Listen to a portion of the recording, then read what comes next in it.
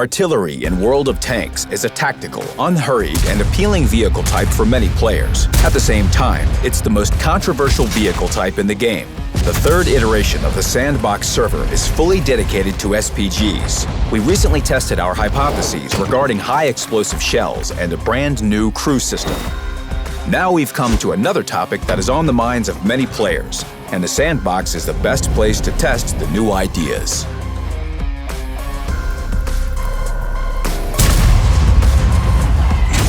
The Sandbox server in World of Tanks is a test range of sorts, where we try the most complex and nuanced mechanics under conditions that are as close to real as possible.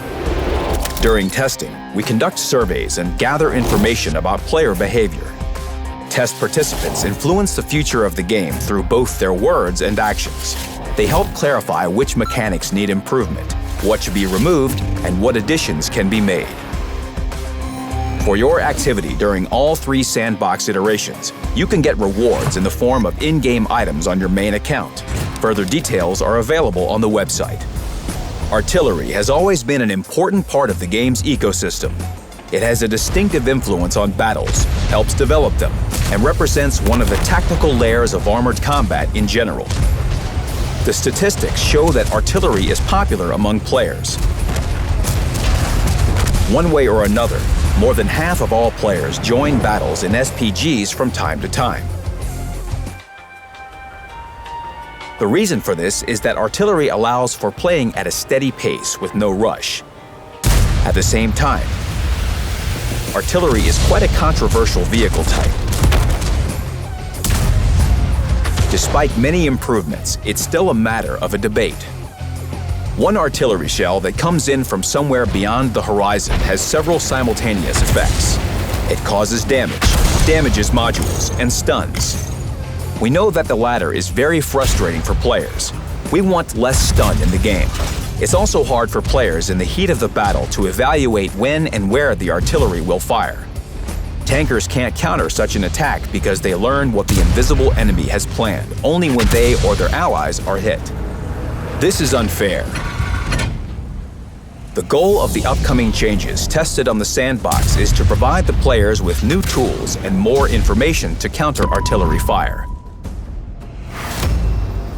The artillery itself will have more opportunities to adjust to the combat situation due to the new interface features and revamped shell system, where only one of the 3 shells will keep the stun mechanic. The SPG players will use different types of shells with different effects, and that will lead to a noticeable decrease of stun in battles. At the moment, tankers don't have clear methods of countering artillery during battle. Largely, they can only rely on their experience. With experience, there comes the understanding of artillery lines of fire on different maps, where the SPGs can be located, and what you need to do to avoid their fire. But this wasn't supported by the game mechanics before. The new test features help players understand several things. They warn you that the artillery is firing directly at you. They give hints as to the artillery's approximate location. And if you're not the target, they show you where it's aiming. In battle, it's not always clear where the artillery is firing from, so you don't always know which positions offer cover from its fire. That's why the tracer of the artillery shells will be more noticeable during the Sandbox testing. A brighter and therefore a more visible tracer not only looks spectacular, but is also a useful tactical element. It can help you understand approximately where the artillery is located, what cover it can fire over, and where to hide from it. This will help you take a safe position where its next shot won't hit you. The reworked tracers are clearly noticeable even from afar. During the test, commanders will get a new perk to train, sound detection. It's designed to reduce the surprise effect from the artillery shells falling down from the skies. At the moment when artillery fires, the players in the impact area will see a special indicator. It signals that the vehicle is under fire and you need to change position quickly. The indicator is displayed according to certain rules. As you know, the artillery shells have a burst radius. For example, it's 10 meters for the Object 261. The danger zone inside which the indicator activates is a sphere around the burst radius, increased by 30%. In the case of the object 261, the sphere's radius is 13 meters. Every vehicle will have its own imaginary sphere that depends on its size. If these spheres come in contact, sound detection will activate for that vehicle. The minimum sphere radius is 3 meters. This is the value of armor-piercing shells. Sound detection will also activate when the arty player aims and fires behind the vehicle, for example, if it's on a hill. Players will be notified when the vehicle sphere intersects with the artillery shell trajectory, but only at a distance of up to 75 meters from the point of impact. Sound detection won't activate in other cases. For example, if a fast tank rolled into the danger zone while the shell was still traveling. If 2 or more SPGs fire at once, notifications for each SPG will appear. In cases when they fire from the same direction, only one indicator will display in order to not overload the interface. Depending on the shell velocity and distance to travel, sound detection will give you precious seconds to react and change position. You probably won't avoid damage completely, but there's definitely the chance to reduce it significantly. Sound detection and brighter tracers are clearly displayed sources of information that help in battle. They will be accompanied by a new tactical feature on the minimap. After the enemy shell hits the ground, a vehicle, or any other object, a special circle will appear in that spot on the minimap. You can select the option to display it in settings. The marker will disappear after 10 seconds, but will give you a lot of useful tactical information. The shell impact point will help you figure out where the artillery is firing from, as the number of convenient positions for it on the map is limited, together with more noticeable tracers. This gives players an understanding of to where and from where the artillery is firing. Additionally, the appearance of the marker means that the artillery is reloading, so you'll have a window of tactical opportunity. You can change position or attack with confidence knowing there'll be no surprise from the skies.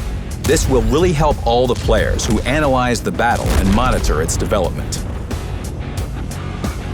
The reworked mechanics will give players more visual and tactical information that they can use in battle. It will be clearer to where and from where the artillery is firing, and whether it is firing at you. Additionally, the artillery itself will undergo changes that will reduce the amount of stun in the game. It's assumed that this will increase the overall survivability of other vehicle types in battles with artillery.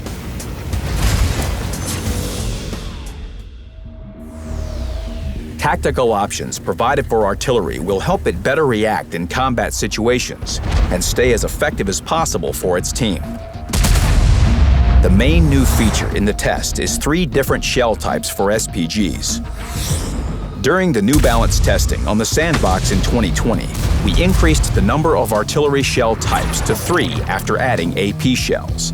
This system got mixed feedback. 3 shell types didn't increase adaptability because changing the shell type still took too much time.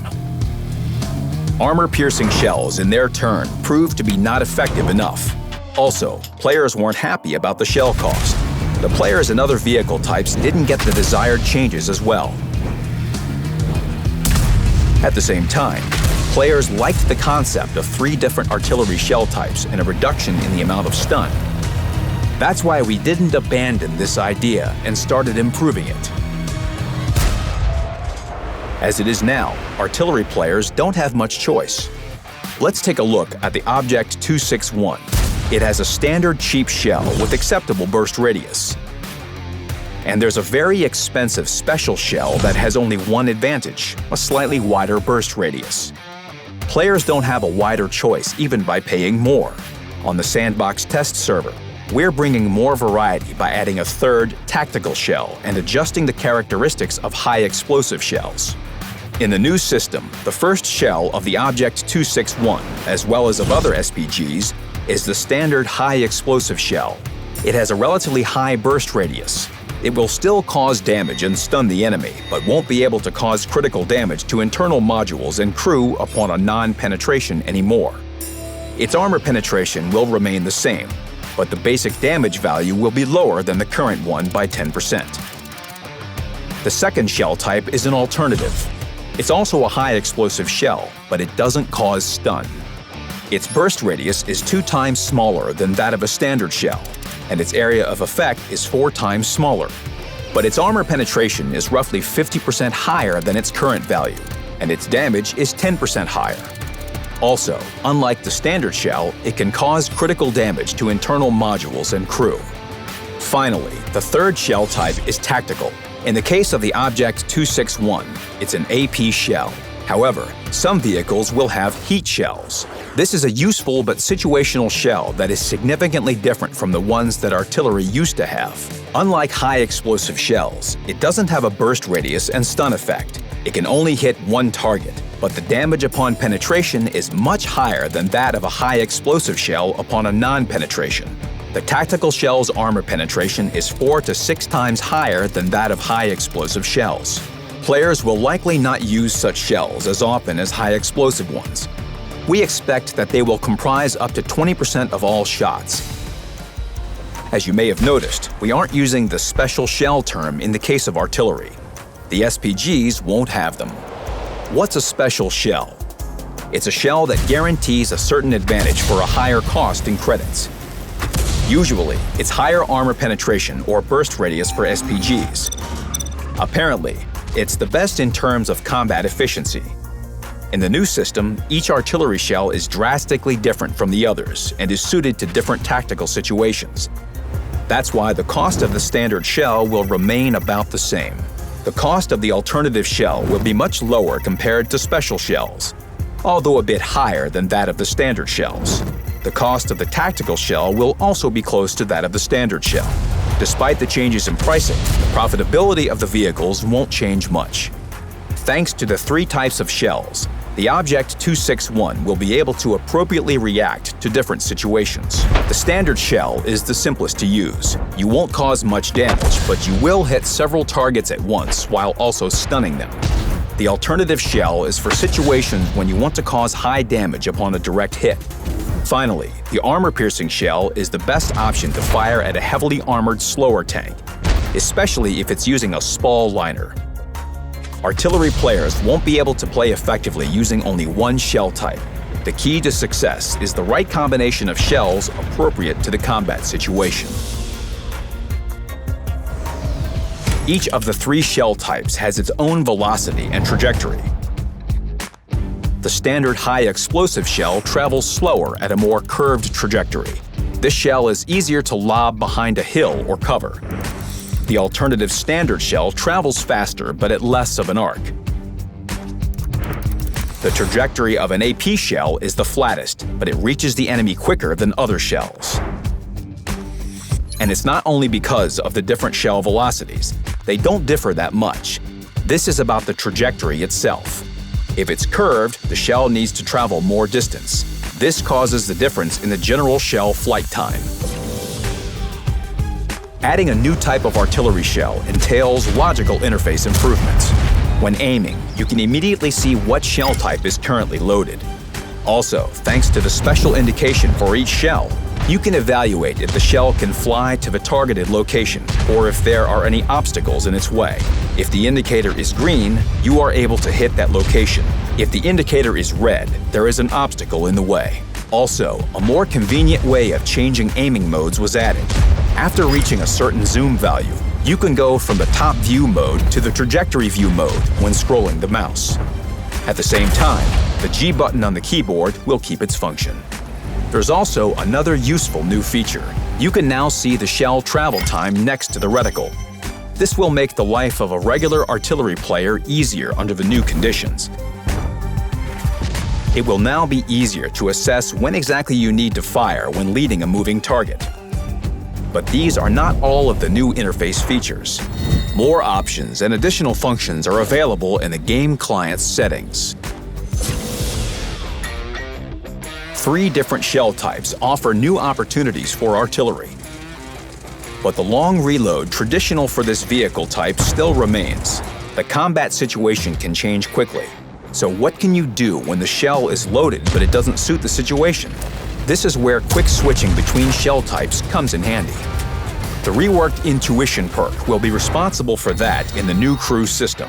This perk will also be changed during Sandbox testing.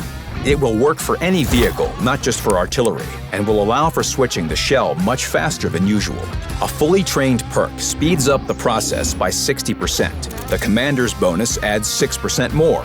And with the bonuses from Brothers in Arms, food consumables, improved ventilation, including the one for bombs, and directives, you can boost it even more. The chance to quickly switch the already loaded shell increases the diversity of delivering fire. It will be easier to adapt to constantly changing combat conditions. Under the new conditions, both tankers and artillery players will have more tactical options. The characteristics of the artillery itself won't change, but 3 different shell types have been added which are suited to different situations. A standard high-explosive shell for the groups of enemies.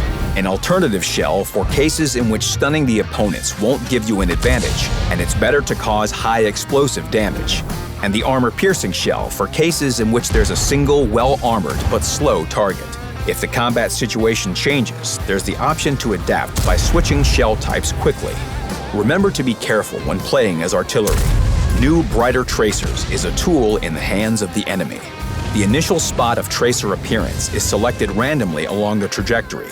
The tracer doesn't show the precise position of an SPG, but it helps enemies guess it. An artillery player from the opposing team can potentially guess where you are using this information. On the other hand, you can do the same. At the same time, tankers have received their features for actively countering artillery. They will help players better navigate in battle and understand how enemy artillery is playing.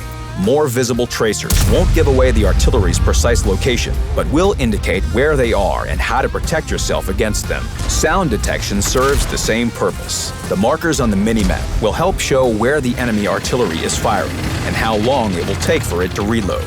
And since artillery players will use 3 shell types, this will naturally decrease the amount of stun in battles. The previous artillery test on the Sandbox showed that these numbers reached up to 50%.